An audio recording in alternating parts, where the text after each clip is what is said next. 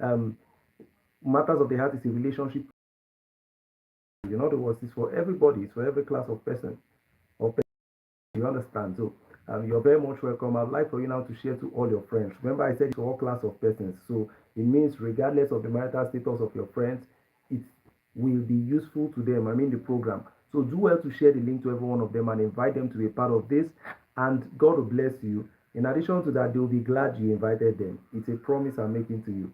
Right about now, I'd like for you to do just four things for us. Number one, click on the like button. Number two, click on the subscribe button. Number three, comment on the comment section. Then number four, share the link to all your contacts. But of all these four things I've mentioned, the most important is to subscribe. The reason being that if you subscribe, it will boost it will tilt the algorithms in our favor, and then it will boost our visibility. So that way we can reach out to more people with the good message we deliver on this program. Thank you for indulging us. All right, so today we'll be discussing something interesting. The previous week we talked about he jilted me or she jilted me. Okay, so we talked about, you know, disappointing someone or breach of promise to marry as it were. But we are taking it is a little further, but it's still in the same line of discussion, but we are taking it a little further. And the topic today is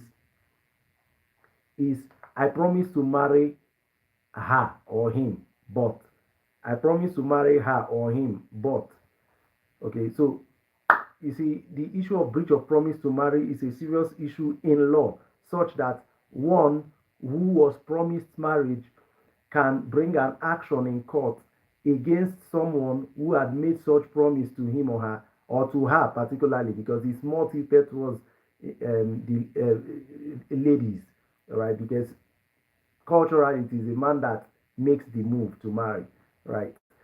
So a lady who was promised marriage by a young man who eventually disappointed her can bring an action in court for damages. Of course, it cannot be specific performance because the court cannot compel someone to marry someone. No, it doesn't even make sense. So damages are remedies, or is a remedy available in law for a lady who has been put in such a condition by a man. So the issue of breach of promise to marry is a serious one in law. I'm speaking um, from a professional point of view, as it were, from a standpoint of professional knowledge. Now, side by side with the issue of breach of promise to marry is the more important issue of the marital future, the marital journey. Okay, so should one, and this network has to be back. This network has to be back because everybody has to hear it. Let's hope that it is back. Oh, it is back. It is back. I can see someone connected. Please do well to click on the share button, click on the subscribe button most importantly, and then comment on the comments. God bless you for that. Okay, so I'm saying that, okay, as serious as the issue of breach of promise to marry is, which is a legal issue, side by side with it, or on the other side of it, is the issue of the marital journey, the marital future. Also, the issue of the the well-being of the person involved in the marriage and the life of the person involved. Yes, we can extend it to as far as that. So should one in a bid to avoid liability for an action in breach of promise to marry go ahead against all odds to marry someone he or she had promised to marry?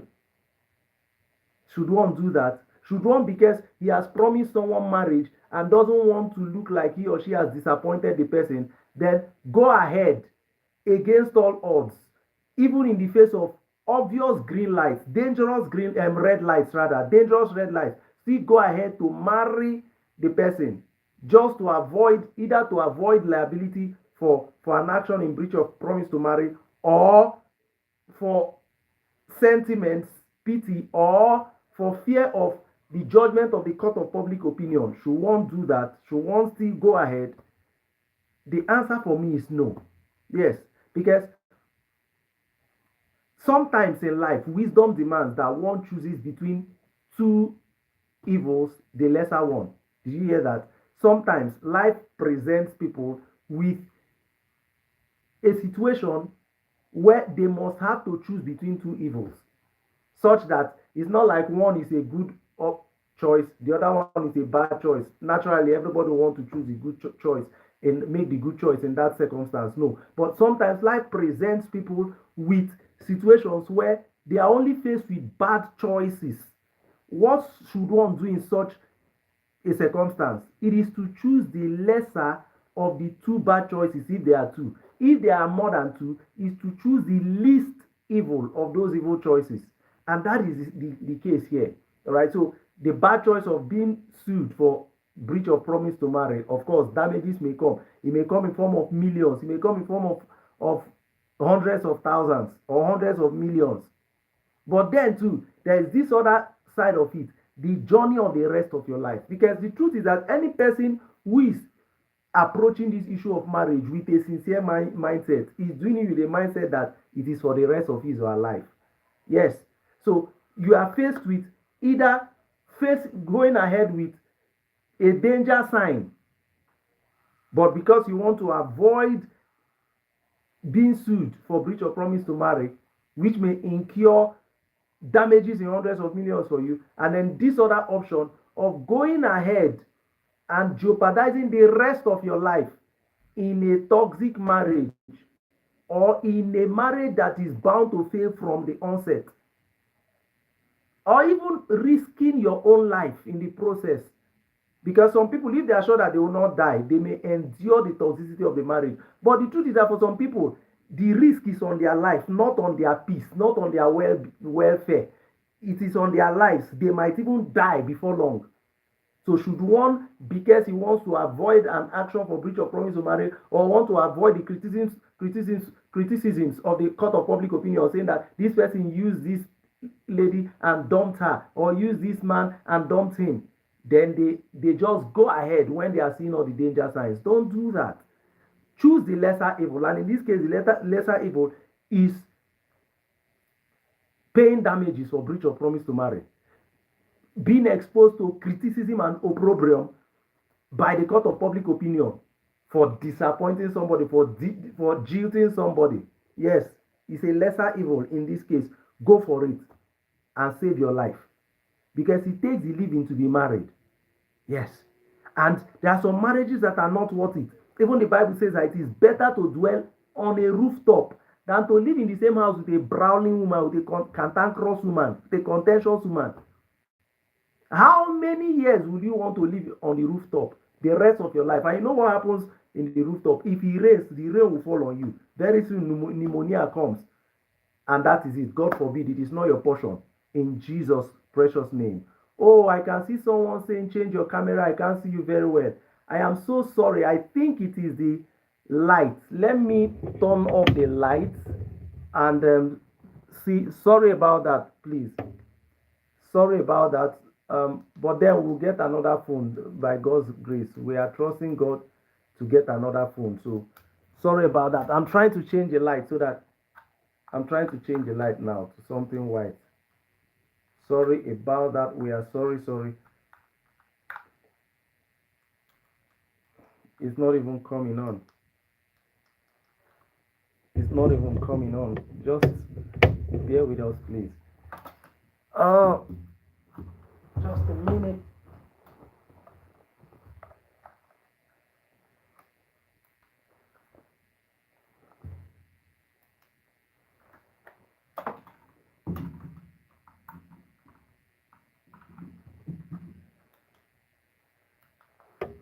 Okay, and then I think we need to let me.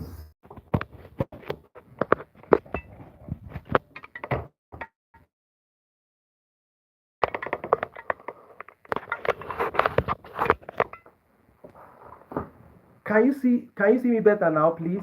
I need your feedback. Can you see me better? Well, let me hope you can. I just have to wrap it up now. So I hope you get the point we've made in this episode, all right? So we are saying that it is not in all cases where one has made a promise or a commitment to marry someone that the person is obligated to see it through. There are valid circumstances that justify that, number one, warrant, and then secondly, justify the retraction of a marital commitment, the retraction of a promise to marry. There are circumstances that justify it, and there are circumstances that warrant it first of all and then justify it. Yes, and if you find yourself in any of such circumstances, please pull out, regardless of what people will say, regardless of what dent it will cause your reputation. Only the living has a reputation to protect. A dead man does not know what people are saying about him or her. So stay alive first, all right? And then aside staying alive, even if the threat that potential marriage poses to you is not a threat of your own life, if it is a threat of your peace, if it is a threat of your destiny, if it is a threat of the journey of the rest of your life, it is still a valid ground to withdraw, to pull back. All right? Okay, for instance, let me give practical instances. You have promised to marry somebody, and then maybe as at the time you made that promise, you have not really seen some traits.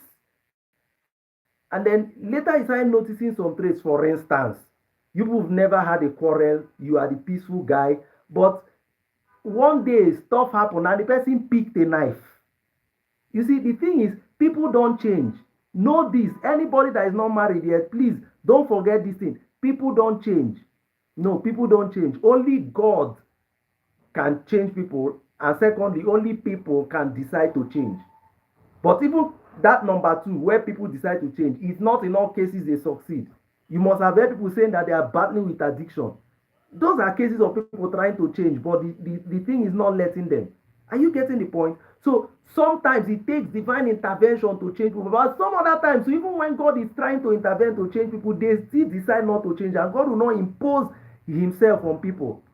So when you see any trait in people, what you should ask yourself, can I cope with this? If you can cope with it, then you can go ahead. But if you can't cope with it, don't hope that the person will change, because people don't change. Instead, if there is even going to be a change, more often than not, it tilts towards the people getting worse. So you promise someone marriage, maybe you people courted for like 1 year, and then you decided to marry. I'm not saying you have to cut that long, but I'm just saying 1 year would have been enough. One would have thought that 1 year is enough to find out something about someone, right? But then one day suddenly you guys had a misunderstanding. The person picks up a knife. Even if you promise that person to marry the person, even if the promise is in writing, that is a valid ground to break that promise. And if the matter comes up in court, if you can show any proof that that thing actually happened, you will go scot-free. Believe me, I'm telling you as a lawyer. Then secondly, I'm trying to give instances so that people don't think I'm just theorizing everything. Let me give a second instance. Secondly, how do I put it? Maybe you were cutting somebody, right? Your parents lived abroad all along, and then some of your parents relocated to the same country where you were, and your parents came visiting, or the person went with you to visit your parents and sees your parents and says they don't like your parents, they can't cope with your parents, they can't deal with your parents. My brother or my sister, it is a valid ground to cut off that person. Yes, because beyond marriage being a union between two persons, marriage is also a union between two families. That's the truth. Marriage is a channel for extension of families. That's why extended family is a thing, even in English language, in the English lexicon. So in such a case, I mean, you cannot kill your parents because you love someone to marry the person. If your parents killed you, would the person have seen you to marry you? I was watching something on social media today, and the lady said that one of the conditions for her to marry a guy is that the guy's mother must have died. That she cannot marry a man whose mother is alive. Can you imagine? So a man's mother should die because you want to come into the person's life. So do you hope to be a mother someday? And if you hope to be a mother, I hope you don't plan or you don't wish to get a son, because someday too you will be a mother to a man who wants to marry another lady, and then she wishes you dead. Do you like that? So you see, such are just two instances I've given. There are a variety of them, but this is not a program for reeling out practical life situations. We give you the principles, give one or two instances like I've done tonight, and you run with it. All right. So these are two instances I've given where it is justifiable and advisable to break a promise to marry. Yes, and unrepentantly so. I hope this helps. I want to apologize for the lighting today. It was poor. I don't know what we've been using this camera, and I mean I watch the videos sometimes, and it's not bad. But then we hope to do better the following week, and we are trusting God to get us a phone, a phone, maybe an iPhone kind of phone. This is a Samsung, so that I heard that the iPhone cameras are usually more powerful. So we hope to get that. We are trusting God for that, and we know He will do it for us because of what we want to be using it to do, this program and programs like this. So let's keep our fingers optimistically crossed. We'll get that, and the issue of seeing seeing clearly will not be a problem. We appreciate your patience, and we hope you send in your questions if you have any to victorokwudiri@gmail.com. victorokwudiri@gmail.com. Okwudiri is Okwudiri. All right. Alternatively, you can send them as a text message or a WhatsApp message to this number +234 80 37 67 4300 +234 80 37 67 4300. Like I said, you can send it as an SMS or as a WhatsApp message. Alternatively, also you can send it as a DM to us on any of our social media platforms. You can send it to just search for Victor Okwudiri. Victor Okwudiri. Okwudiri is Okwudiri. Okwudiri. So search for Victor Okwudiri on Facebook, on Instagram, on X, formerly Twitter, on Telegram, on TikTok, across social media platforms. Just search, you see us there, and then send the questions or the question, depending on the number. I will be glad to give you a prompt response. All right. Okay, until I come your way next time, which is next week, Saturday, 8:30 p.m. Nigerian time. My prayer for you is that your relationship will succeed. God bless you. Peace out.